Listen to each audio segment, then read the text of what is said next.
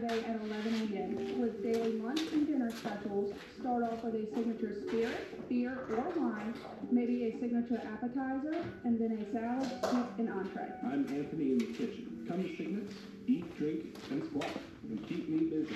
Oh, and leave room for dessert. Signets Restaurant in the heart of Lawrenceburg. Call 529-1021. Northern Neck Chevrolet in Montrose. Always less than other local dealers. Visit online at nnchevrolet.com. All right, I have got this tire fixed. Northern Neck area. I had a lot of suggestions on how to go about fixing it, which I already knew all of the suggestions, but thank you anyway. I ended up having a boot put in the tire. I just checked the air pressure. I didn't do the boot myself. I took it to my tire guy. $25. I couldn't do it for $25. Just check the air pressure at 72 pounds in it. So it looks like it's good. I'm gonna go ahead and swap it out.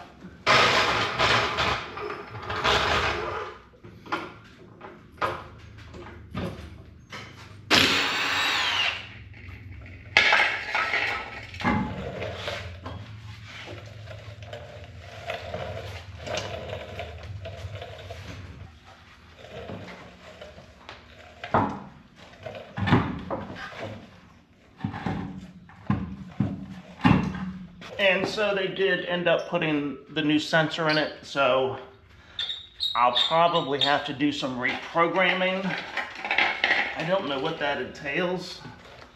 One thing I read before I purchased the sensor is some of these trucks will automatically pick up the new sensor, and some of them won't, which means you got to take it somewhere to have it reprogrammed. So we'll see what happens with this.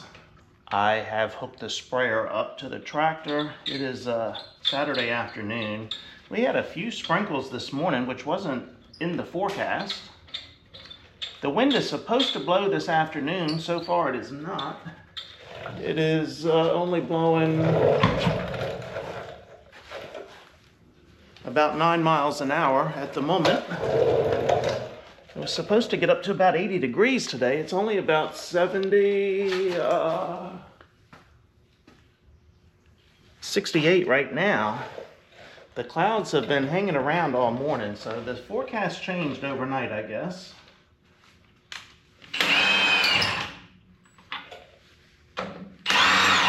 So I don't know if I'll get anything sprayed this afternoon or not.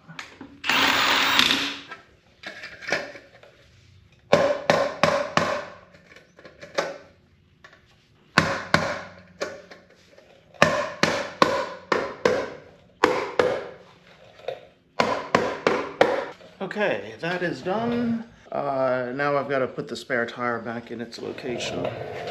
I've got the spare tire on there. Let me jump in here. And just for the heck of it, let's see what is going to happen when I start it up.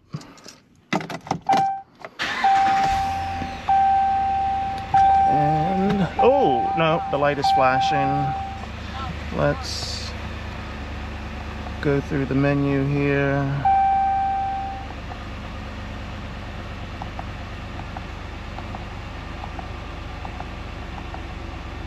All right, so no, it does not recognize that sensor.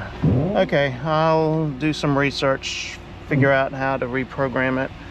I do have a box somewhere. I purchased one of these a couple of years ago when I put the auxiliary switches in my blue truck, because I thought I was going to have to reprogram that to recognize the new auxiliary switch.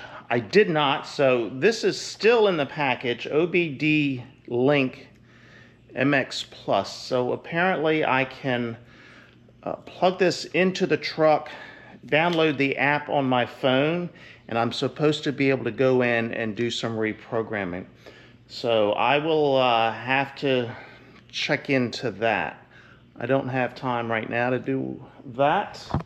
I've got water going in the sprayer. I think I've got just about enough water in there, so I'm gonna put some nitrogen in.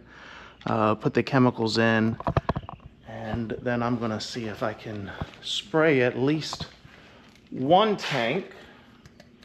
That wind, it's up to 10 miles an hour right now. That's not too bad if it stays that way, but I'll see. I'll get it ready to go, and if nothing else, I can spray tomorrow. I'm not sure if the wind is supposed to blow tomorrow or not. Let me just do a quick search here on my phone. All right, 10-day forecast. Mostly cloudy late this morning, becoming partly sunny. This is today. Scattered sprinkles in the morning, highs around 80, southwest winds 10 to 15. Okay, they've cut the winds back some. Tonight, southwest 5 to 10. Tomorrow, southwest 10 to 15. Okay, at one point we were under fire danger, gusts up to 30 miles an hour, but it looks like maybe that forecast has changed as well. So we're just gonna jump right in and do this. If I don't get stuck, I did check the fields this morning. I think for the most part I can get over them. It's starting to get a little bit late now to get this Harmony on there to kill these weeds. These are still left over from our snow plowing days, Rice Krispie treats. I think it was the Birdman had a whole box of these, and we threw a bunch of them in every truck and tractor, I believe. So we didn't eat them all, so I'm still working on them.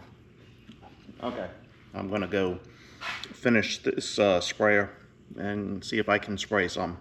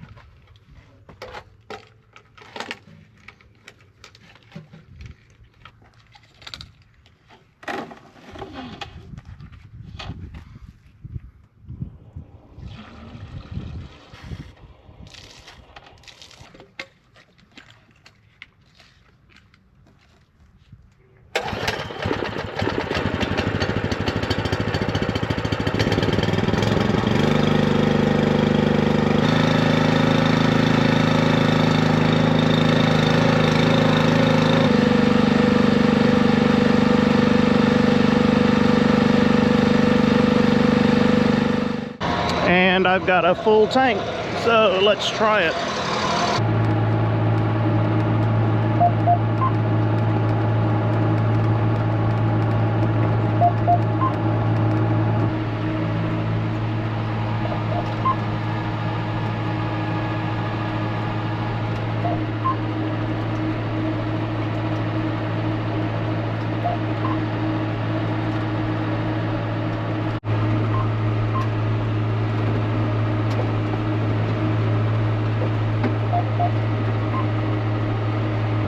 Oh, I see a couple of geese still left over. 3 geese and 1 swan, it appears. Or is that a white goose? Oh, you know what? That could be a white goose. I don't know my swans from my geese. So, if you know, make a comment below.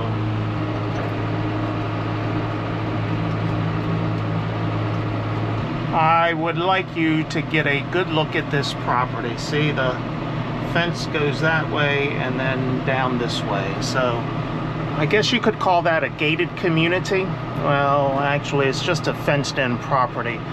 It is about 4 acres here, and it is on a small creek. You can see the creek, the way it runs. Property is, I guess, a rectangular property, and surrounded by water on 2 sides. So the fence side and this side, of course, no water.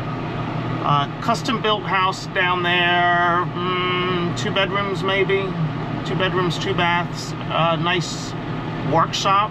Not a, well, you could park 1 car in there, and it has a maybe a mother-in-law apartment. I'm not sure. Hold on, let me get going here so we can see more of this property. So this property is for sale, was for sale. I've heard a rumor that it has been sold, and I am quite shocked over the sale price of this property. Yes, it is a beautiful location.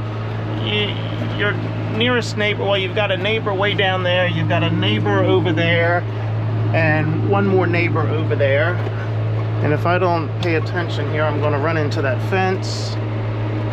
All right, let me turn this off. Okay, you can get a little better look at the house here. The house is right on the water, beautiful views. This is the workshop with, I guess, a mother-in-law apartment. The house isn't real big. It used to be like 2 or 3 acres. I used to work this many years ago when the original owner had the place. So here you go. Let's get out here. This is a custom-built house, so I guess the people that just sold it, I think the man was a builder himself. I'm not sure. I've never been inside this house, but it is a custom-built house. Looks like they've done some surveying, so there is a property marker here. You can see they've got a pier, creek here. There's only 1, 2, 3, 4 houses on this creek. This creek does not, the creek lets out into the Potomac River, but you really can't get a big boat out through the mouth of this creek into the river. It would be a small, what we would call a skiff, just a small motorboat, maybe a 10 horsepower, 15 horsepower motorboat, 15 feet long maybe. So yeah, it's waterfront property, but your water access is great, but what you can do here is very limited as far as boats go. So the rumor I heard was that the place was for sale for $1.2 million. 4 acres, custom built house with a barn, mother-in-law apartment. $1.2 million was the asking price, and it was bid up over that. And I heard the rumor is it sold for $1.5 million. That is insane. When this property was purchased 10 years ago, I think it was, I was just on the property website, the county or state property search website yesterday, trying to figure out if this place has been sold and who bought it. It's not listed on the records yet, but it looks like the records were about a week behind in their updates. So I think it was sold for $350,000 or $400,000 10 years ago. It had a small house on it. That house was knocked down, and this house put in its place. Used basically the same footprint. This house may be a little bit bigger than the previous house that was there. Well, that's just crazy. I went online to look for it to see if it is still online for sale. I can't find it. I found one other house in our zip code for sale. That house, $1.2 million as well. That is a new house, 4,500 square feet on a 1 acre lot down in the boonies. Closer neighbors than that one because it's only on a 1 acre lot, so there are other neighbors around there. It is waterfront property on a small creek similar to this one. I think it does have better access to the Chesapeake Bay, but $1.2 million. That is just insane. Wow. As I was looking on the property website, the property search website last night, I'm shocked at what houses are selling for in this area. It's no way young kids can get out there and buy something in this area. it's crazy. It is crazy that, and that people are bidding these prices up. To start at 1.2 and go to 1.5, if that is true, insanity. What the hell are people thinking? And apparently the people that lived there and built the house, they didn't have this house paid off. The husband passed away within the last 6 months, and so the wife has sold the place and moved out of the county, is the story that I've heard. He was probably 70 years old, maybe, the husband was. I never met the wife, so I'm not sure how old she was. But to be 70 years old and still have a mortgage on a place, wow.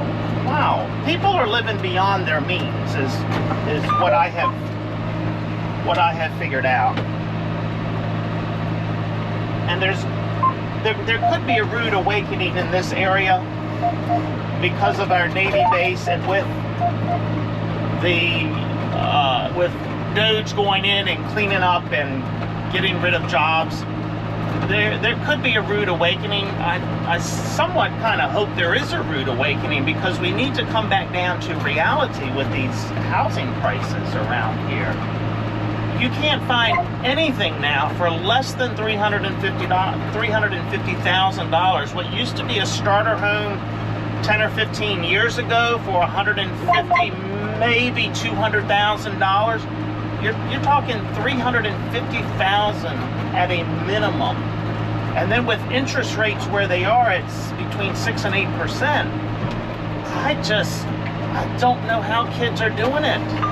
Now, granted, we have got some money in this area with our Navy base, and people are pulling in salaries of 100,000 plus is easily obtainable around here with a degree. Hell, without a degree, you can start out at $50,000 right out of high school.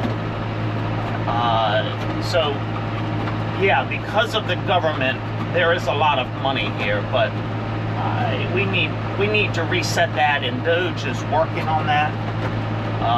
Don't know how much that will affect us here in this area. I just have to shake my head over it. There's nothing else I can do. All right, I'm getting close to the end here. I'm going to have to go back to the farm and fill up and get some more and finish this up. Okay, that is a swan, the white bird. It just can't fly as fast as those geese. So they just flew up out of the field, but they've turned right around, made a circle, and come back into the field.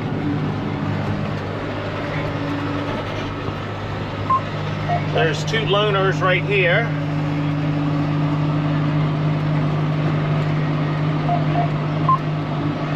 And they're not going to go far. They're just going to go down and join those other 50 or so.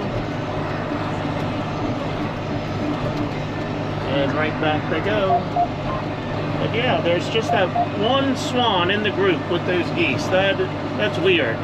Hey, I think there is a white goose in there with that bunch. The swan did not come back. But there is a smaller white bird in there, and I believe it is a goose.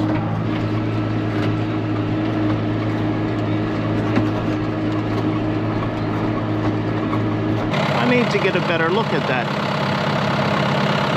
It's right here in the middle, kind of a loner. It could be a duck, but it walks like a goose. It's a little bit smaller than a goose.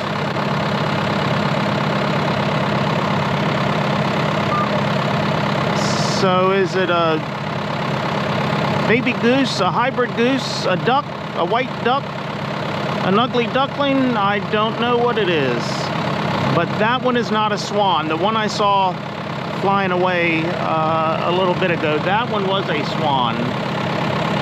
And I am not seeing a difference now in this wheat under the wire. It's all kind of blended in. There's the wire. It's all kind of looking the same now.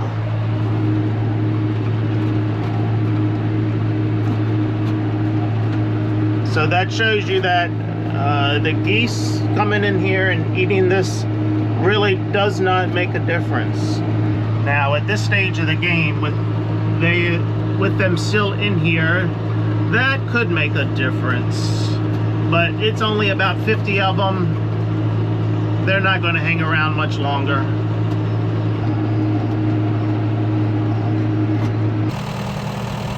Okay, I'm taking this from my phone to get a little better shot, but there's that white creature.